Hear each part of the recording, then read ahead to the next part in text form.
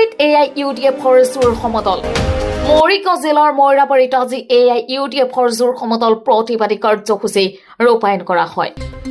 জানিব পৰা মতে বিয়া মুছলমানৰ ওপৰত চলি থকা নিৰ্যাতন আৰু অসমৰ মুখ্যমন্ত্ৰীৰ মুছলমান বিৰোধী নিকৃষ্ট বক্তব্যৰ প্ৰতিবাদত মৰিগাঁও জিলা AIUDF আৰু নওগাঁ জিলা AIUDFৰ যৌথ উদ্যোগত এই জোৰ সমদল কাৰ্যসূচী অনুষ্ঠিত হয়।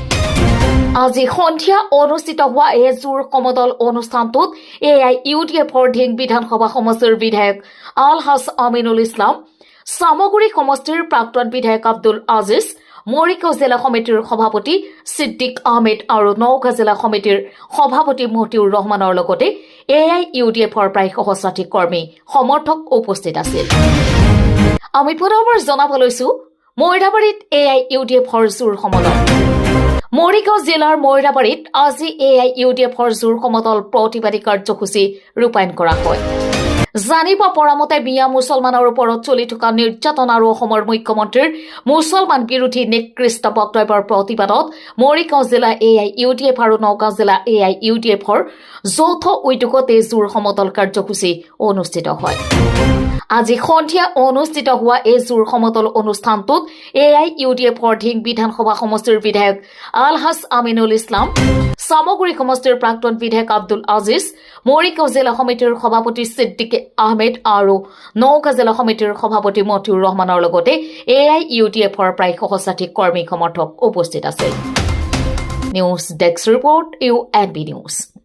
মইৰাবাৰীত আমি নগাঁও জিলা AIUDF আৰু মৰিগাঁও জিলা AIUDFৰ যৌথ উদ্যোগত আমি মুখ্যমন্ত্ৰীৰ যিবিলাক হেড স্পীচ বিগত 15 দিনৰ পৰা মুছলমান আৰু মিয়াক টাৰ্গেট কৰি মুছলমানক টাৰ্গেট কৰি যিমান আপত্তিজনক আৰু অসাংবিধানিক অগণতান্ত্ৰিক কথাবিলাক কৈ আছে তাৰ প্ৰতিবাদত আমি মইৰাবাৰীত সহস্ৰাধিক আমাৰ দলীয় কৰ্মীৰ উপস্থিতিত এটা জোৰ সমদল কাৰ্যসূচী ইতিমধ্যে আমি ৰূপায়ণ কৰিছোঁ।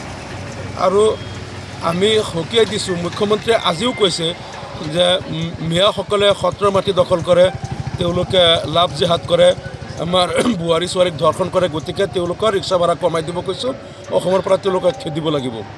মুখ্যমন্ত্ৰীক আমি সকীয়াই দিছোঁ, তেওঁ ভাৰতীয় নাগৰিকসকলক যাতে বিদেশী বুলি নকয়, কাৰণ অসমত যিমান মুছলমান লোক আছে এই মুছলমান লোকসকল ভাৰতীয় বৈধ ভাৰতীয় নাগৰিক, তেওঁলোক বাংলাদেশী নহয়।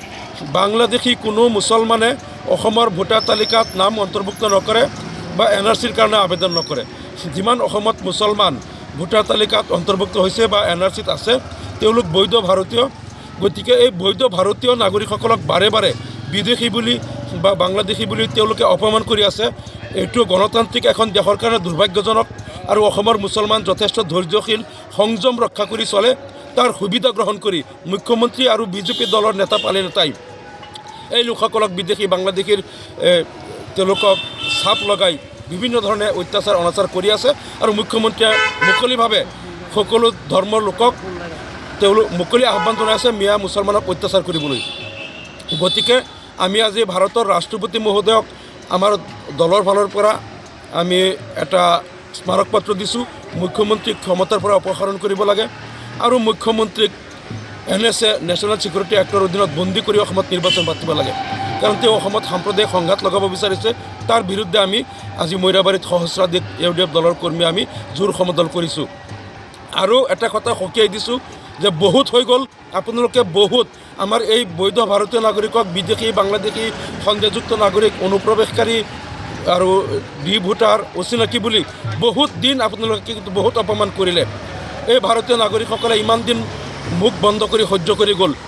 আৰু মুখ্যমন্ত্ৰীক সকীয়াই দিছোঁ, এই আমাৰ মুছলমান লোকসকলৰ ধৈৰ্যৰ পৰীক্ষা আৰু বাৰে বাৰে লৈ নাথাকিব।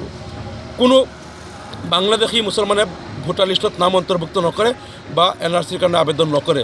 যদি কোনো বাংলাদেশী কেতিয়াবা অসমত আহিছিল গুচি গ'ল, আমি মুছলমান এলেকাত ঘূৰি ফুৰোঁ, মুখ্যমন্ত্ৰীতকৈ বেছিকৈ জানো। অসমৰ মুছলমান এলেকাত কোনো মুছলমানে বাংলাদেশী মুছলমানক আশ্ৰয় নিদিয়ে। অসমৰ মুছলমানে ক'ৰবাত বাংলাদেশী সোমালে লগে লগে প্ৰথম খবৰ দিব থানাত। গতিকে এই কথাটো অসমবাসীক বিভ্ৰান্ত কৰিব নালাগে আৰু মুছলমানক অপমান কৰা বাদ দিয়ক। সকলো অসমবাসী মিলি আমি জাতি ধৰ্ম নিৰ্বিশেষে আমি বৃহত্তৰ অসমীয়া জাতি গঠন কৰিবলৈ কান্ধত কান্ধ মিলাই আগুৱাই যাওঁ। আমাক অসমীয়া জাতি গঠন কৰিব দিয়ক। আপোনালোকে অসমীয়া জাতিক আৰু খণ্ড বিখণ্ড নকৰিব। আজি জোৰ সমদলৰ জৰিয়তে মুখ্যমন্ত্ৰীক আৰু বিজেপি চৰকাৰক আৰু তেওঁলোকৰ বৰমূৰীয়াসকলক আমি এই মেছেজটো দিছোঁ। ধন্যবাদ।